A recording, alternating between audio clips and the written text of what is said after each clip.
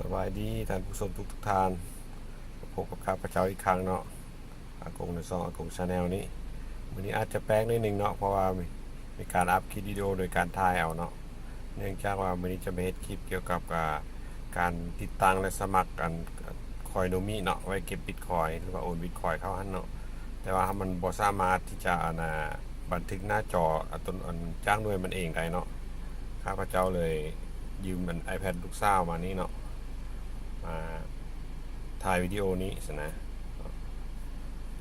ว่าเราก็มาเริ่มกันเลยเนาะอันนี้ค่ะอัดอยู่ในรถเนาะตอนนี้เนาะก็จิ้มเข้าไปนี่เนาะแอปสตอร์นี่เนาะผู้ได้เป็นAndroid ก็จะเป็น Play Store เนาะ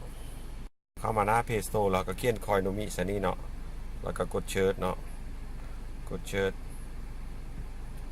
แล้วก็เห็นตัวนี้เนาะตัวทมิดนี่เนาะแล้วก็กดเก็ตเลยติดตั้งเลยเนาะอันนี้เป็นขั้นตอนในการติดตั้งข้าพเจ้าจะเบรกไว้เนาะมันติดตั้งแล้วจะกลับมาอีกวันหนึ่งเนาะตัดคำหมาก็ถือว่าแล้วเนาะอินสตอลแล้วละวันนี้ไปโอเพนเลยก็ได้เนาะหรือว่าข้าพเจ้าจะให้เบิ่งไอคอนมันเนาะไอคอนมันก็จะเป็นแบบนี้เนาะตัวนี้นี่เนาะตัวเป็นตารางนี่เนาะกดเข้าไปเลยเนาะ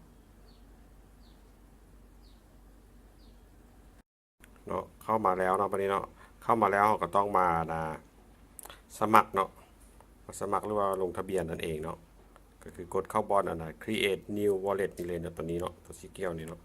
เราต้องได้หลังจากลงแล้วต้องได้ลงทะเบียนก่อนเนาะครับ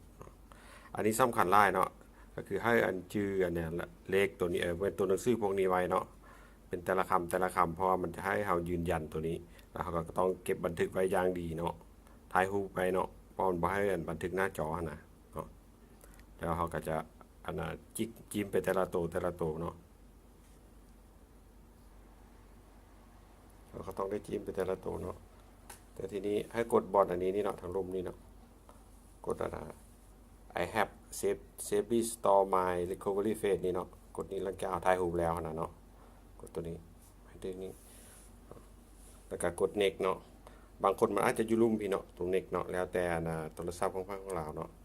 แล้วก็กด next นี่ทีนี้มันให้จิ้มเนาะมันจะให้จิ้มเขาจิ้มตัวที่เราถ่ายรูปไว้เมื่อกี้นี่นะมันให้เรียงตามวันนั้นเนาะอันนี้ถ้าเราถ่ายรูปไว้กับโทรศัพท์อีกหน่วยหนึ่งการถ้าว่าเราบูจื้อตัวนี้เราจะบ่ได้เลยเนาะก็คือแบบนี้เนาะที่ข้าพเจ้าถ่ายไว้เนาะอีกหน่วยหนึ่งเนาะเราก็จิ้มตามนี้เนาะตามที่หนึ่งต้องเป็นทูแล้วก็อีเกอร์อิมโพสไม่อย่างนี้เนาะอันนี้ข้าพเจ้าลองจิ้มให้ได้หนึ่งเนาะจิ้มแล้วเราจะกลับมาอีกวันหนึ่งเนาะ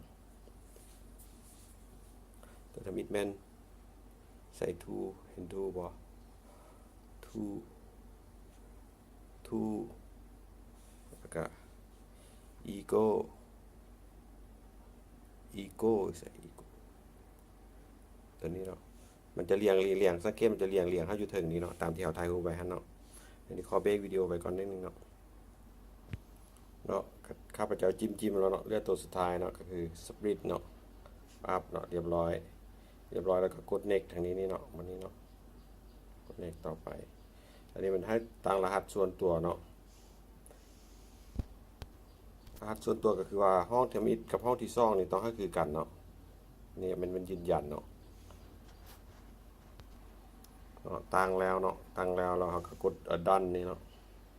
กดดันแล้วก็ next ต่อไปเนาะนี่ก็เป็นวันสำเร็จเนาะแต่ว่าตอนนี้เราจะเลือกสกุลเงินได้สิจะแอดเข้าเขาจีไซส์นะเนาะแต่ทีนี้ครับพระเจ้าจะเลือกเอาแต่ตัวบิตคอยน์ก่อนเนาะแล้วก็ next แต่เขาสิแลกเปลี่ยนเป็นเงินแดงๆนะเนาะอันนี้ก็เขาก็ต้องยอมรับเงินไขเพิ่นเนาะ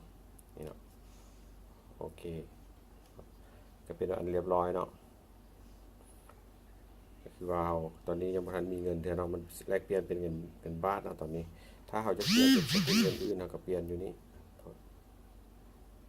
อยู่บน setting เนาะ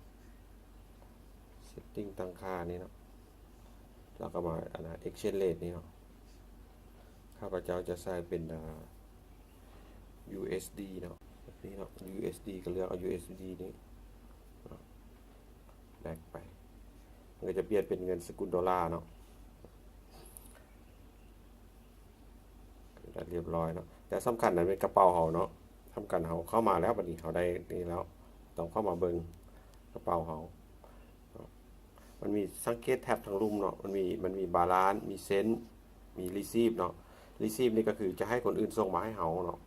จะเป็นที่อยู่กระเป๋าเฮาเนาะเป็น Bitcoin เนาะอันนี้ข้าพเจ้าเขาเรียกเป็น compatibility นะให้มันเข้ากับหลายๆตัวเนาะอาจจะส่งบาร์โค้ดนี้ไปให้หมู่หรือว่าให้ผู้ที่จะส่งBitcoin ให้เฮาเนาะก็ได้หรือว่า copy เอาอยู่นี่เนาะคลิกเส้นนี้แล้วมันก็จะขึ้น copy เนาะ copy เอาเทคนิคสิมันก็แปลว่า copy เราเห็นบ่สังเกตเรามันจะขึ้น copy เราก็ส่งไปให้คนอื่นเขาก็จะส่งBitcoin มาให้เฮาในกระเป๋านี้เนาะแล้วเขาก็จะมีบาลานซ์ขึ้นอยู่นี่เนาะแต่ว่าตอนนี้ยังบ่ทันได้ส่งเนาะตัวอย่างแต่ถ้าว่าเขาจะส่งให้คนอื่นก็กดเซ็นนี่เนาะบอลลุ่มนี่เนาะเซ็นนี่เขาอาจจะสแกนบาร์โค้ดเขาเจ้าบอกหรือว่าเอาพาสใส่ก็ได้เนาะพาสก็ที่อยู่เขาเจ้าใส่วางใส่นะสมมุติตัวอย่างเป็นนี่วางใส่เมื่อกี้ข้าพเจ้าก๊อปของมันเองเนาะเขาก็ใส่จำนวน BTC หรือว่า Bitcoin เขาจะฝากไปเนาะสมมุติว่าใส่1 Bitcoin มันก็ถึงเท่านี้ดอลลาร์เนาะแต่ว่าตอนนี้เฮาบ่ทันมีเงินดอลลาร์เทื่อคันเฮาบ่อยากอันนั้นเฮาก็เขียนใส่ตรงนี้ก็ได้คันเฮาอยากอันนั้นนะเฮาเขียนซะว่ามันก็จะแปลงมาเป็นเงิน BTC ให้เฮาเนาะว่าที่เท่าใดนะเราก็กดดอนแล้วก็เส้นไปเลยเนาะ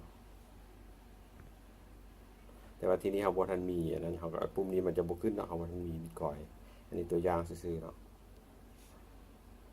คลิปนี้ก็ประมาณนี้เนาะอาจจะลำบากนิดนึงเนาะในการบันทึกเพราะว่ามันบ่ให้บันทึกหน้าจอจากอันนั้นโดยตรงซะมันให้ต้องได้มาถ่ายวิดีโอเอาเนาะแล้วก็ขอบใจเนาะสำหรับผู้ที่สละเวลาอเมริกามาเบิ่งเนาะแล้วก็กดไลค์กดแชร์กด Subscribe แล้วก็อย่าลืมกดแจ้งเตือนเนาะที่สำคัญเนาะเพื่อว่าเวลาข้าพเจ้าอัป